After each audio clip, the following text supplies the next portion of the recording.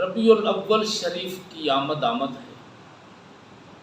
اہل ایمان بڑی بے قراری کے ساتھ اس ماہ مبارک کی بابرکت گھڑیوں کا انتظار کر رہے ہیں۔ جس طرح اہل ایمان کو رمضان مبارک کی بابرکت گھڑیوں کا انتظار ہوتا ہے، اسی طرح ربیع الاول شریف کی بابرکت گھڑیوں کا بھی انتظار ہے۔ رمضان مبارک کا مہینہ جب آتا ہے تو اہل ایمان کے دل میں نیکیوں کا شوق، نیکیوں کا جذبہ، قرآن کی تلاوت، عبادت کا ذوق اور بڑھ جاتا ہے۔ اور جب ربیع الاول شریف کا مہینہ آتا ہے تو اہل ایمان کے دلوں میں اللہ اور اس کے رسول کی محبت کا جذبہ بڑھ جاتا ہے۔ کہیں کوئی حضور کی سیرت بیان کرتا ہے، کہیں کوئی حضور کی زلفوں کی بات کرتا ہے، کہیں کوئی حضور کے چہرے کی بات کرتا ہے۔ آپ اہل ایمان کے گھروں کو دیکھیں، ربیع الاول شریف میں ان کے گھر چکمگا رہے ہیں، ذکر رسول کی صدائیں آ رہی ہوں، کہیں مساجد میں ذکر رسول ہو رہا ہوگا، کہیں بازاروں میں ہو رہا ہوگا،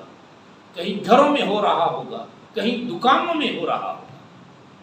جدھر بھی دھیان کریں گے ربیع الاول شریف میں، جس طرح ماہ رمضان میں ہر طرف سے قرآن کی آوازیں آ رہی ہوتی ہیں، کوئی گھر میں قرآن پڑھ رہا ہوتا ہے، کوئی مسجد میں پڑھ رہا ہوتا ہے،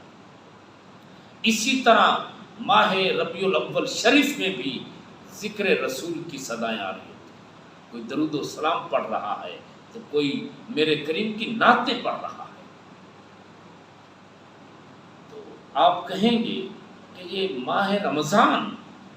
اور ربیع الاول شریف کا آپس میں کیا رشتہ ہے، کیا نسبت ہے؟ جی ان کی نسبت یہ ہے کہ ماہ رمضان وہ مہینہ ہے جس میں قرآن آیا، اور ربیع الاول شریف وہ مہینہ ہے جس میں صاحب قرآن آیا۔ فرق تو ہے نا۔ ربیع الاول شریف کے مہینے میں اہل ایمان کے سینے خوشیوں سے لبریز ہوتے ہیں، جھومتے ہیں خوشیوں سے۔ اور یہ ربیع الاول شریف میں اہل ایمان کا خوشیوں کا اظہار کرنا یہ کوئی اب کی بات نہیں ہے، یہ کچھ چند سال پہلے کی کہانی نہیں ہے، بلکہ سنیے کتنی پرانی کہانی ہے۔ ایک بہت بڑے عالم دین گزرے ہیں، علامہ محدث ابن جوزی رحمۃ اللہ علیہ، المتوفی 597 ہجری۔ یہ اپنی ایک کتاب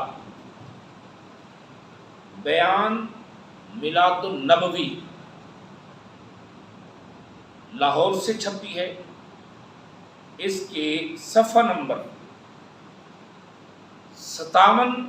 اور 58 اس پہ لکھتے ہیں کہ اہل حرمین شریفین یعنی مکے والے اور مدینے والے، مصر اور یمن، شام اور تمام بلاد عرب، مشرق اور مغرب کے مسلمانوں کا پرانے زمانے سے معمول ہے کہ ربیع الاول شریف کا چاند دیکھتے ہی میلاد شریف کی محفل منعقد کرتے ہیں اور خوشیاں مناتے ہیں اور غسل کرتے ہیں اور عمدہ لباس زیب تن کرتے ہیں، قسم قسم کی ذبائش اور آرائش کرتے ہیں، خوشبو لگاتے ہیں، اور ان ایام میں خوب خوشی اور مسرت کا اظہار کرتے ہیں، حسب توفیق نقد اور جنس لوگوں پہ خرچ کرتے ہیں اور میلاد شریف پڑھنے اور سننے کا بلیغ اہتمام کرتے ہیں، اس کی بدولت بڑا ثواب اور عظیم کامیابیاں حاصل کرتے ہیں۔ میلاد شریف کی خوشی منانے کے مجربات سے یہ ہے کہ جشن میلاد النبی صلی اللہ علیہ وآلہ وسلم کی برکت سے سال بھر کثرت سے خیر و برکت، سلامتی اور عافیت، رزق، مال اور اولاد میں زیادتی، اور شہروں میں امن و امان اور گھر بار میں سکون اور قرار رہتا ہے۔ یہ برکتیں ہیں میلاد شریف کے ذکر کی، میلاد شریف کی محفلوں کی، اور یہ آج کل کے سنیوں کا طریقہ نہیں ہے، یہ قدیم زمانے سے چلا رہا اور مکے والوں کا طریقہ تھا اور مدینے والوں کا طریقہ تھا۔ ایک اور بڑے ہمارے عالم دین گزرے ہیں، مفتی مکہ ملا علی قاری رحمۃ اللہ علیہ، المتوفی 1014 ہجری، 1014 ہجری میں ان کا وصال ہوا، یعنی تقریباً کوئی 400 سال پہلے کی بات ہے۔ وہ اپنی ایک کتاب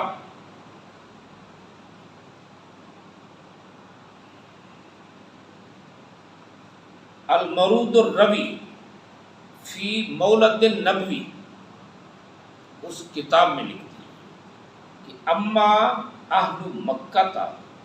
یزید اہتمامہم بہ علی یوم العید، وہ فرماتے ہیں کہ اہل مکہ میلاد شریف کا اہتمام عید سے بھی بڑھ کر کرتے تھے۔ مکے والے میلاد شریف کا اہتمام عید سے بھی بڑھ کر کرتے تھے، یعنی اتنا اہتمام عید پر نہیں ہوتا تھا جتنا وہ میلاد پہ کرتے تھے۔ یہ مکے والوں کی بات ہے، تو میں سننے والوں سے ضرور ریکویسٹ کروں گا کہ ربیع الاول شریف کے مہینے میں حضور کے میلاد کا ذکر کیا جائے، سیرت کا ذکر کیا جائے، آپ کے اوصاف اور کمالات اور جو شانیں اور معجزات اللہ پاک نے حضور کو عطا فرمائے ہیں ان کو بیان کیا جائے، جلوس نکالے جائیں، لیکن جلوس کے لیے ایسی حرکتیں نہ کی جائیں، جلوس میں ایسے کام نہ کیے جائیں جن سے شریعت نے منع کیا ہے، جن سے شریعت نے منع کیا ہے۔ جلوس ہمارا جا رہا ہو